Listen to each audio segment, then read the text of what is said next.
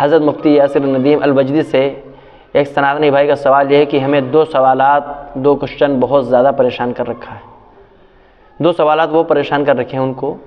ان کا کہنے کا مطلب یہ ہے کہ ہمارے جو ٹیچر ہیں وہ دو سوالات اٹھاتے رہتے ہیں. وہ یہ کہتے ہیں کہ جو دھرم اور جو سائنس اور جو اسلام ہے، تو اس وجہ سے جو سائنس کو اختیار نہیں کر سکتا اگر اسلام کو اختیار کرتا ہے، تو اسلام بادھا بنتا ہے دوسری چیزوں میں. لہٰذا اس کو مکمل طور پہ ہمیں دونوں سوالوں کا جواب دے دیں. آپ پورے ویڈیو کو دیکھیں. السلام علیکم سر. وعلیکم السلام جی، کیا حال چال ہے؟ جی اللہ تعالیٰ کی کرپا سے سب بڑھیا ہیں سر. آپ کیسے؟ جی الحمدللہ.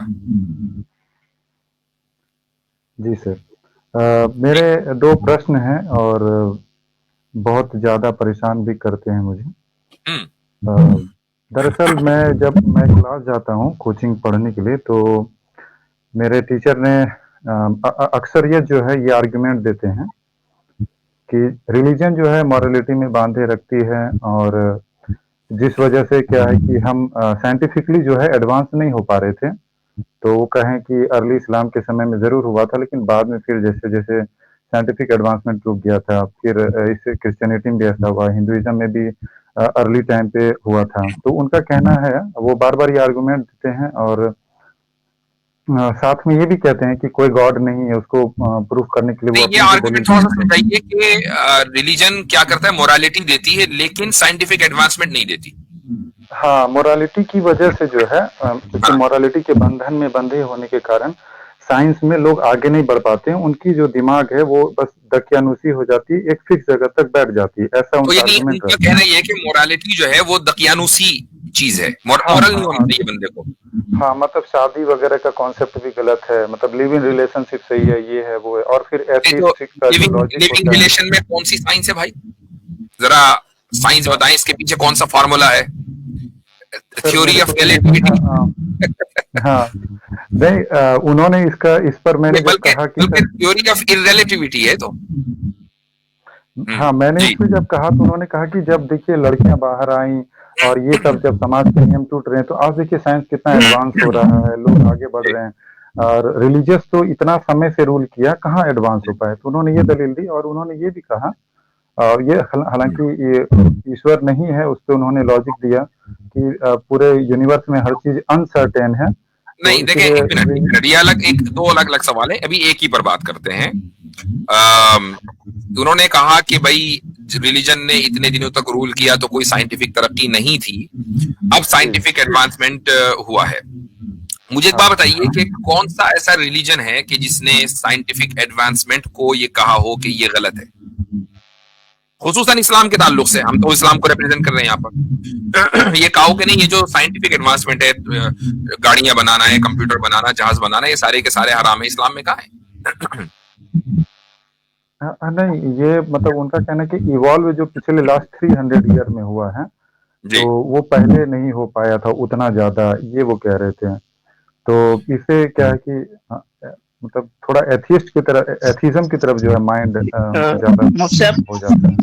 ہری اوم بھائی، 300 سال کے بعد سیم یہی سوال تو آج 2024 کے دور پہ ہوگا کہ 300 سال بعد ہم جتنا ٹیکنالوجیکلی ایڈوانسڈ ہوں گے، تو کیا ہم کہیں گے کہ یار 2023 کے لوگ جو بیوقوف تھے وہ اتنے ایڈوانس نہیں تھے ٹیکنالوجیکلی ہمارے اتنے؟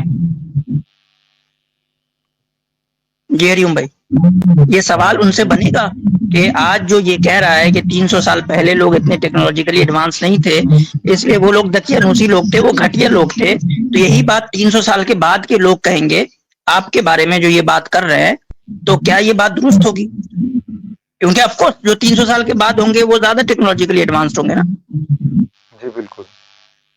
تو کیا وہ یہ کہیں اسی شخص کو جو آج سے اپنے پچھلے 300 سال پیچھے کے لوگوں کو یہ بات کہہ رہا ہے کہ بھائی تم تو بیوقوف تھے، تم ہمارے اتنے تو ٹیکنالوجیکلی ایڈوانس تھے ہی نہیں، دیکھو ہم جو ہے وہ آج 300 سال بعد کتنے مزے ایڈوانس میں بیٹھے ہوئے ہیں. زبردست پوائنٹ ہے، شاندار پوائنٹ، ماشاءاللہ. تو اس میں میں ایک چیز ایڈ کرنا چاہتا ہوں، صرف ایک چیز ہے. اچھا، یہ بلنڈر ہے. تھوڑا سا بھی اگر کوئی سوشیولوجی کو پڑھتا ہے، ہیومن ہسٹری سے واقفیت رکھتا ہے، اس کو پتا ہونا چاہیے کہ پیگن کلچر جو ہے اس سے زیادہ ایڈوانس اور ماڈرن لبرل تھا. پیگن کلچر ہے، وہاں پر पॉलीगेमी और पॉलीएंड्री बल्कि होमोसेक्सुअलिटी अपनी पीक के ऊपर दिखाई देती है कई सिविलाइजेशंस के अंदर। तो जो इन्होंने ह्यूमन सोशियोलॉजी यानी सैमुअल की आप किताब पढ़ें जिसने क्लैश ऑफ सिविलाइजेशंस लिखी है, उसमें नक्शा खींचा है। उर्दू में को पढ़ना चाहता है तो उस बाजार में अगर शोरश काश्मीरी साहब की पीडीएफ किताब पढ़े तो पता चलता है कि ह्यूमन हिस्ट्री के अंदर जापान की हिस्ट्री है, चाइना की हिस्ट्री है, इजिप्ट की हिस्ट्री है, इंडिया की हिस्ट्री है, ग्रीक है, ये सारी सिविलाइजेशन को अगर आप पढ़ेंगे तो आपको पता चलता है कि वो बहुत ज्यादा एडवांस और मॉडर्न थे according to this inverted commas definition.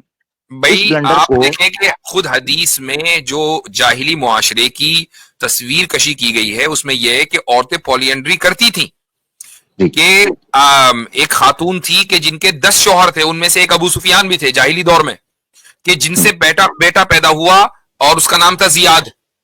ये तो सही मुस्लिम की रिवायत है, 10 शौहर थे उस एक औरत के। बिल्कुल ऐसे ही है।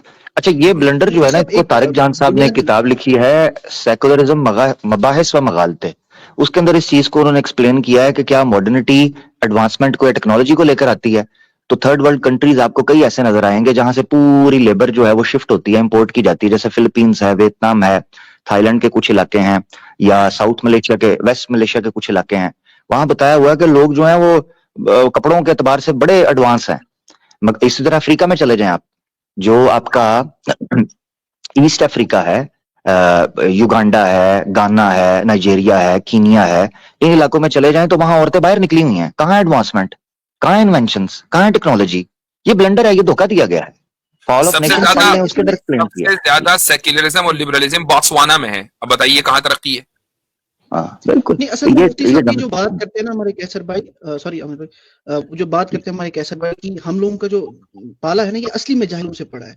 जो एक साइंटिस्ट होगा ना, साइंटिस्ट के सामने एक ग्रीक जिसने ये बताया था कि 5 एलिमेंट से बनी है दुनिया, और एक इंसान जो जिसने सबसे पहले बोहर ऑफ एटॉमिक मॉडल जो वो दिया, ये दोनों इक्वल इंपॉर्टेंस रखते हैं। उन्होंने बुनियाद रखी क्योंकि उन्हें कुछ सोचा, बुनियाद के बाद आगे एडवांसमेंट होती रही। ये कैसी बात है कि वो नहीं था, वो जाहिल थे? जाहिल नहीं थे वो, अपने एतबार से वो भी साइंटिस्ट थे, उन्होंने भी काम किए। जब बुनियाद रखी गई उसी के बाद तो एडवांसमेंट हुई। अब आप क्या बोलते हैं कि एक ही दिन में आके आपको थ्योरम भी दे दे, रिलेटिविटी भी देने, ग्रेविटी भी देते हैं, सब कुछ देने। मसला असल में सारा क्या होता है कि जो कैथोलिक की हिस्ट्री है कि उस जमाने में कुछ नए नए अफकार आ रहे थे, और उसकी वजह यह थी कि कैथोलिक्स ने जो कुछ भी इस वक्त दुनिया में दिख रहा है आपको, उसको अपने बाइबल से साबित करना चाहा।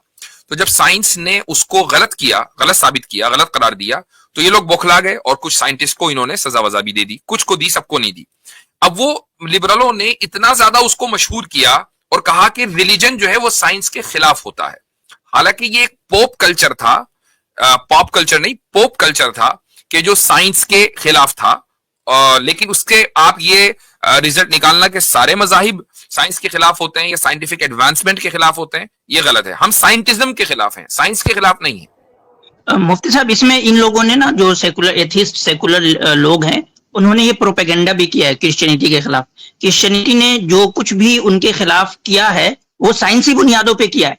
मिसाल के तौर पे गैलीलियो ने कहा कि जमीन जो है वो घूमती है, तो उसका रद्द उन्होंने साइंटिफिक एक्सपेरिमेंट के जरिए किया। उन्होंने ऐसा नहीं है कि उन्होंने कहा सिर्फ और सिर्फ बाइबल को पेश किया, उन्होंने बाइबल के साथ साथ अपने साइंटिफिक एक्सपेरिमेंट को भी पेश किया कि भाई तुम्हारी थ्योरी को अगर हम मान लें तो फिर तो ये दुनिया एग्जिस्ट ही नहीं करनी चाहिए।